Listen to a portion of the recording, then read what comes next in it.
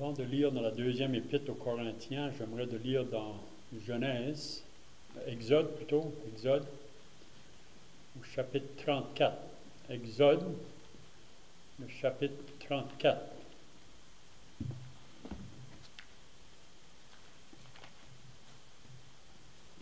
On va lire à partir du verset 29. Exode 34, le verset 29. On lit: Moïse descendit de la montagne de Sinaï, ayant les deux tables du témoignage dans sa main, en descendant de la montagne, et il ne savait pas que la peau de son visage rayonnait, parce qu'il avait parlé avec l'Éternel. Aaron et tous les enfants d'Israël regardèrent Moïse, et voici la peau de son visage rayonnait, et ils craignaient de s'approcher de lui. Moïse les appela, Aaron et tous les principaux de l'assemblée vinrent auprès de lui, il leur parla. Après cela, tous les enfants d'Israël s'approchèrent, et il leur donna tous les ordres qu'il avait reçus de l'Éternel sur la montagne de Sinaï. Lorsque Moïse eut achevé de leur parler, il mit un voile sur son visage. Quand Moïse entrait devant l'Éternel pour lui parler, il ôtait le voile jusqu'à ce qu'il sorte. Et quand il sortait, il disait aux enfants d'Israël ce qui lui avait été ordonné.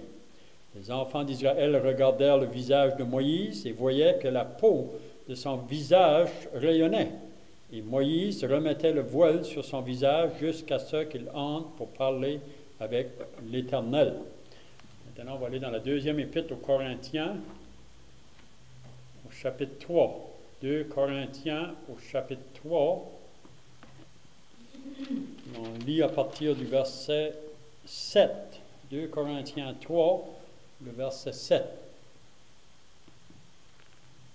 L'apôtre Paul, en écrivant cette lettre, il va dire aux Corinthiens: « Or, si le ministère de la mort, gravé avec des lettres sur des pierres, a été glorieux, au point que les fils d'Israël ne pouvaient fixer les regards sur le visage de Moïse à cause de la gloire de son visage, bien que cette gloire ait été passagère. » Puis là, il donne un contraste avec ce qui vient après. Combien le ministère de l'Esprit ne sera-t-il pas plus glorieux? Si le ministère de la condamnation a été glorieux, le ministère de la justice est de beaucoup supérieur en gloire. Et sous ce rapport, ce qui a été glorieux ne l'a point été à cause de cette gloire qui lui est supérieure. En effet, si ce qui était passager a été glorieux, ce qui est permanent est bien plus glorieux. Ayant donc cette espérance, nous usons d'une grande liberté.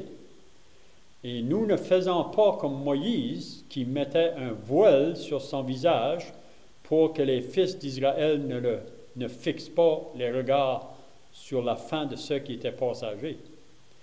Mais ils sont devenus durs d'entendement, car jusqu'à ce jour, le même voile demeure quand ils font la lecture de l'Ancien Testament.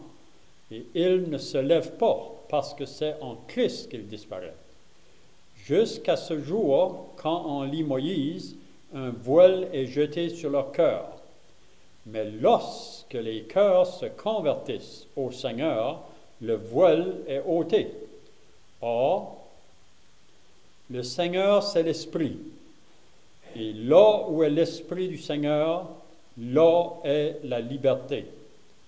Nous tous, dans le visage découvert, reflètent la gloire du Seigneur. Nous sommes transformés en la même image, de gloire en gloire, par l'Esprit du Seigneur.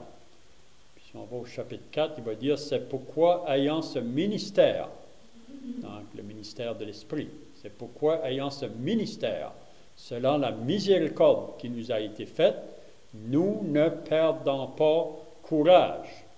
Nous rejetons les choses honteuses qui se font en secret. Nous n'avons point une conduite astucieuse et nous n'altérons point la parole de Dieu. Mais en publiant la vérité, nous nous recommandons à toute conscience d'homme devant Dieu. Si notre évangile est encore voilé, il est voilé pour ceux qui périssent, pour les incrédules dont le Dieu de ce siècle a aveuglé l'intelligence afin qu'ils ne voient pas briller la splendeur de l'évangile de la gloire de Christ qui est l'image de Dieu. Nous ne nous prêchons pas nous-mêmes, c'est Jésus-Christ le Seigneur que nous prêchons. Et nous disons vos serviteurs à cause de Jésus. Car Dieu qui a dit, la lumière brillera du sein des ténèbres, a fait briller la lumière dans nos cœurs pour faire resplendir la connaissance de la gloire de Dieu sur la face de Christ. Donc on va arrêter là parce que je ne pense pas qu'on ira aussi loin pour donner les quelques commentaires qu'on voudrait donner sur ces passages que nous venons de lire. Donc il faut se rappeler qu'on est toujours dans cette deuxième épître de Paul aux Corinthiens. Puis la raison que Paul a écrit cette deuxième épître, on avait dit dans les semaines passées, c'est qu'après qu'il a écrit sa première épître, il a dû parler assez sévèrement à ces chrétiens qui se trouvaient à Corinthe. Parce que, après que Paul est parti de là, pour aller ailleurs, pour évangéliser, les croyants à Corinthe ont tombé dans dans un côté où qui ont laissé la chair dominer dans leur vie. Donc, ils ne marchaient plus vraiment selon l'esprit, mais selon la chair. Puis cela a causé parmi eux beaucoup de difficultés dans l'assemblée, beaucoup de problèmes. Donc, Paul a dû leur écrire cette première lettre, puis il savait qu'en écrivant cette lettre, qu'il devait les reprendre sur beaucoup de choses, puis cela allait causer une tristesse aux chrétiens, mais Paul savait que s'il va avoir un esprit de repentance, puis qu'ils vont vouloir écouter ou se soumettre à ce que Paul leur dit, il y aura une joie qui va suivre. Il va y avoir une joie qui va suivre. Mais on avait vu que ce n'est pas toutes les personnes qui étaient dans l'assemblée à Corinthe, quand ils ont reçu cette première lettre-là, qui ont accepté cette lettre-là. Même qu'il y en a qui se sont opposés à l'apôtre Paul. Puis on sait qu'il y en a dans l'assemblée à Corinthe, probablement qui n'étaient pas sauvés. Même Paul le dit plus tard. C'était des faux qui se sont infiltrés. Puis eux, vraiment, ils doutaient ou ils mettaient en doute l'apostolat de Paul, que Paul était réellement un apôtre. Puis il avait vraiment influencé d'autres autour. Donc, c'est la raison pourquoi il va écrire sa deuxième lettre, pour vraiment défendre son apostolat. Puis on peut voir que Paul va le faire d'une manière humble, doux, mais il doit le faire. Il dit qu'il n'aimerait pas le faire. Si on va dans la deuxième épître de Corinthiens au chapitre 12, il dit qu'il ne voudrait pas le faire, mais il doit le faire pour réprimander ces personnes-là qui sont venues autour pour essayer de mettre en doute son apostolat. Puis ça influençait les chrétiens même. Puis même qu'il y a des chrétiens que leur cœur s'avait fermé à Paul. Mais là, avec cette deuxième lettre-là, ça va les ouvrir de nouveau. Donc, on avait vu deux semaines passées concernant que Paul disait aux Corinthiens, est-ce que je dois encore aller parmi vous avec une lettre de recommandation? Quelqu'un devrait-il nous recommander parmi vous? Puis là, il les a fait comprendre, notre lettre, c'est vous. C'est vous, parce que c'est lui qui est allé là avec le message de l'Évangile à Corinthe. Ces personnes-là qui ont cru le message, leur vie a été transformée. Le Saint-Esprit est venu habiter en eux. Puis à partir de là, c'est une vie nouvelle qui a commencé. Puis il y a eu un grand changement dans la vie de ces Corinthiens-là. Mais comme j'ai dit, après un certain temps, plutôt de continuer à marcher par l'esprit, c'est-à-dire une marche en communion avec leur Dieu. C'est la chair qui a commencé à prendre le dessus, puis ça a amené beaucoup de difficultés parmi eux. Donc, on n'est pas exempt de ça aujourd'hui encore. Vous savez, nous, comme chrétiens, il ne faut jamais oublier qu'on a toujours cette nature charnelle en nous qui s'oppose aux choses de l'esprit. Puis la seule manière qu'on peut avoir la victoire sur la chair, le diable et le monde, pour moi, c'est dans maintenant notre communion avec Dieu de jour en jour. Ça veut dire de ne pas permettre de rien qui vient mettre un obstacle à cette communion-là, surtout le péché. Et vous savez que le péché attriste le Saint-Esprit. Puis si un chrétien pêche, il attriste le Saint-Esprit, puis il perd sa joie de cette communion-là. Mais on remercie Dieu qu'on a la provision. Que si on le confesse, Jésus nous présente comme avocat au ciel, puis il est fidèle et juste pour nous pardonner. Le moment qu'on confesse, la communion reprend, puis c'est là qu'on regagne notre joie, puis le Seigneur peut nous utiliser dans le service. Donc, Paul, ici, il fait comprendre aux Corinthiens que c'est vous ma lettre. Il n'y a pas besoin d'aller là avec une lettre, c'est vous ma lettre. Puis il dit, vous êtes une lettre de Christ. Les gens, la plupart, ne lisent pas la parole de Dieu, mais ils devraient être capables, quand ils regardent la vie du chrétien, pouvoir lire la parole de Dieu. Ils devront être capables de dire, ces personnes-là sont différentes que les autres. Mais là, on va lire aujourd'hui concernant le verset, à partir du verset 7, là, Paul amène une autre vérité à ces Corinthiens, parce que les faux judaïsants, vous savez, les faux qui se sont infiltrés, ils amenaient beaucoup le côté de l'ancienne alliance. Ils voulaient encore mettre les chrétiens sous la loi, c'est des observances de la loi. Mais Paul va lui faire comprendre que le ministère ou la loi, vraiment, c'est pas, le problème n'est pas du côté de la loi de Dieu. Le problème est du côté de l'homme.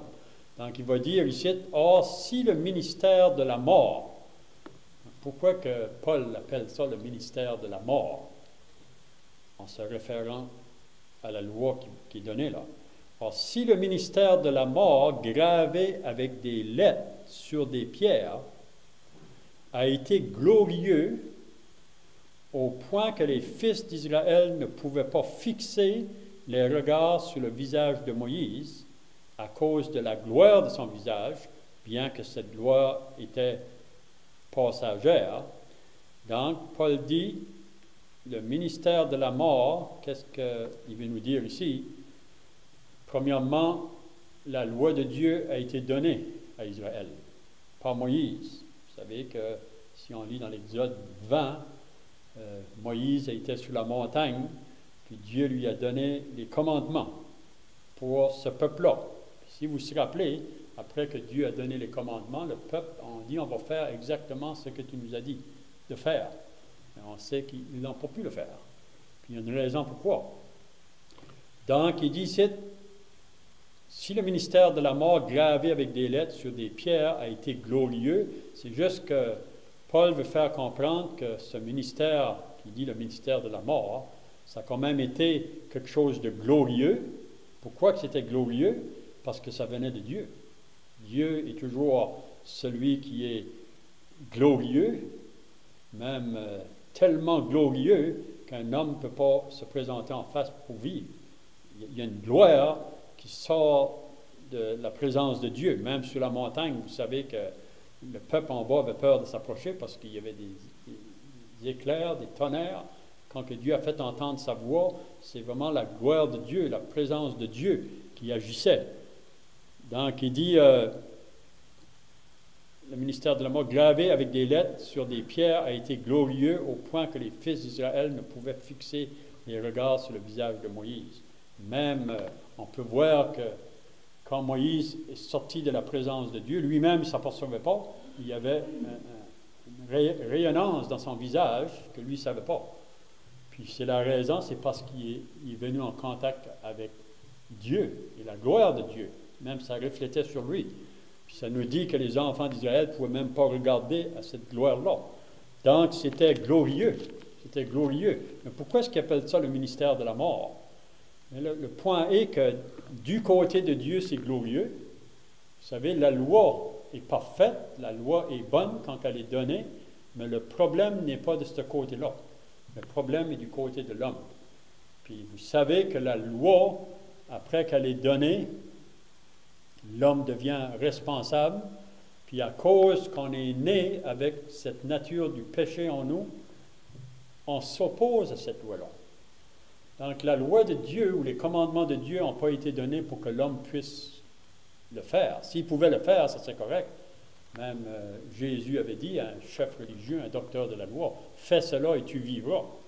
En voulant dire que si tu veux faire quelque chose pour aller au ciel, tu devrais accomplir la loi de Dieu parfaitement. Mais on sait qu'il n'y a personne qui peut accomplir cette loi parfaitement. Donc la loi, c'est comme un miroir qui nous révèle notre état devant Dieu, de pécheur. Puis la loi ne peut rien changer à ça. C'est comme le miroir qui ne peut pas changer la tache qui est sur votre visage. La loi ne peut pas changer la condition de l'homme. Donc c'est pour ça que c'est appelé le ministère de la mort. Vraiment, la loi nous amène sous la condamnation. La loi vraiment condamne le pécheur. C'est pour ça qu'on a besoin d'aller vers le Sauveur. Puis ça comprend le ministère de l'Esprit qui vient par la suite. Donc, l'Ancien Testament, ça comprend les commandements que Dieu a donnés, on pourrait dire, ou l'alliance pour le peuple de l'Ancien Testament. Mais quand il dit au verset 8, « Combien le ministère de l'Esprit ne sera-t-il pas plus glorieux? » Donc, il nous fait comprendre, Paul, c'est vrai que le ministère de la mort, qui est associé à la loi de Dieu donnée à Israël, il y avait une gloire qui sortait de là. La raison, c'est parce que Dieu est toujours glorieux, mais le ministère de l'Esprit, il dit, est beaucoup plus que ça. C'est ça qu'il nous dit. Donc, il dit, si le ministère de la condamnation a été glorieux, donc il y avait une gloire associée au ministère de la condamnation ou associée à la loi de Dieu, le ministère de la justice est de beaucoup supérieur en gloire. C'est beaucoup plus supérieur. Je pourrais donner un exemple, peut-être pour expliquer ça simplement. On pourrait dire que la gloire associée à l'Ancien Testament, on pourrait l'appliquer à la Lune. La Lune a une certaine lumière qu'elle donne, mais ça ne peut pas être comparé au Soleil. Donc le Soleil est beaucoup plus supérieur, on pourrait dire, dans son reflet, sa lumière. Donc Paul veut faire comprendre, associé à la nouvelle alliance, on a quelque chose qui est beaucoup plus supérieur que ce qui est associé à l'ancienne alliance. Parce qu'avec l'ancienne alliance, personne ne pouvait s'approcher de Dieu. Vous savez, la loi nous révèle notre état pécheur, puis elle nous met sous la condamnation. Mais on sait que dans l'Épître aux Galates, Paul va dire que la loi nous conduit à Christ. C'est comme un pédagogue pour nous conduire à Christ. C'est pour nous faire comprendre qu'il nous faut un sauveur pour pouvoir échapper à la condamnation à cause de nos péchés. Il nous fallait un sauveur.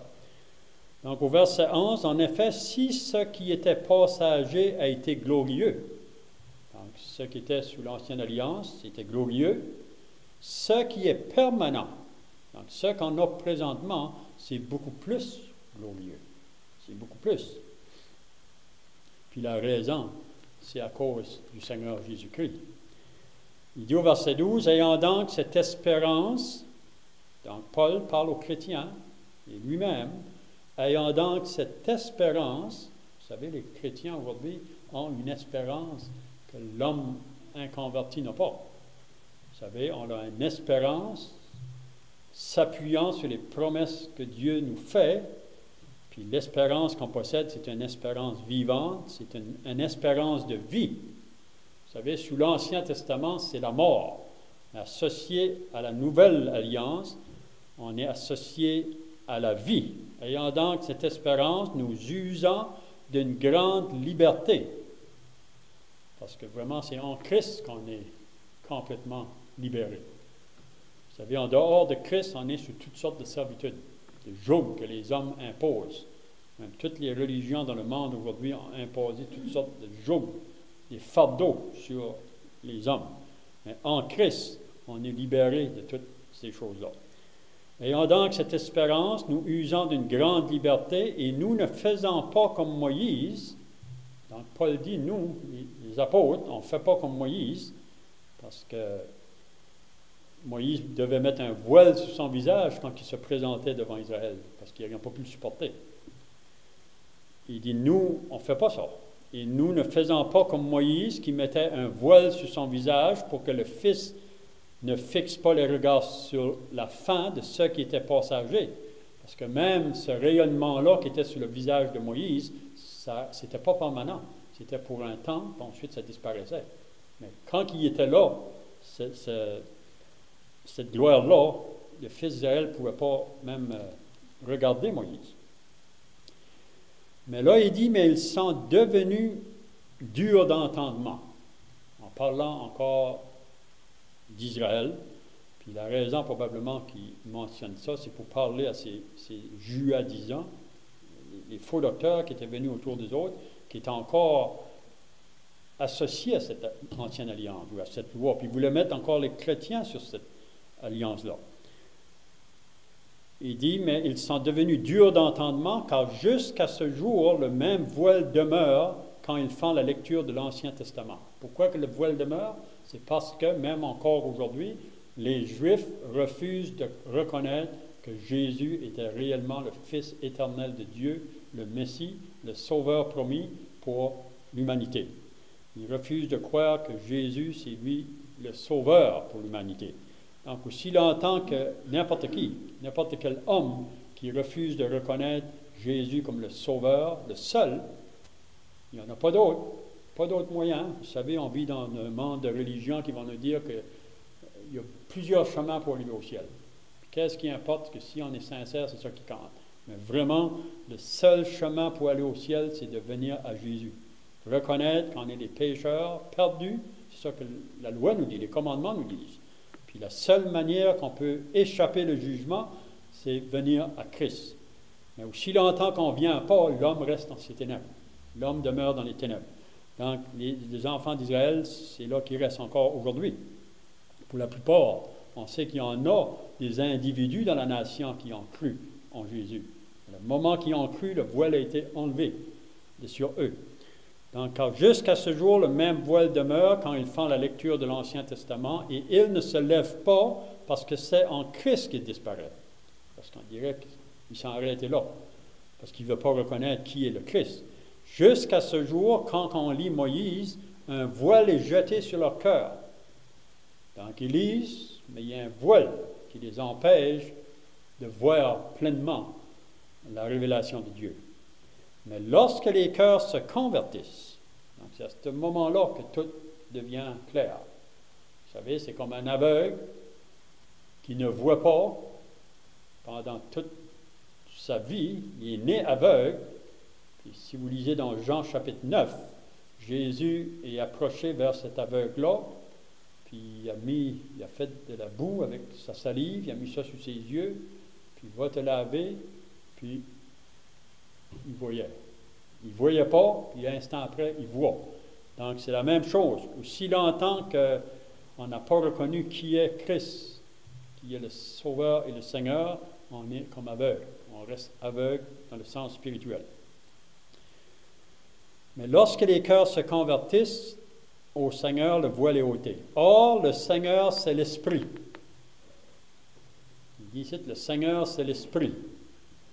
Et là où est l'Esprit du Seigneur, là est la liberté.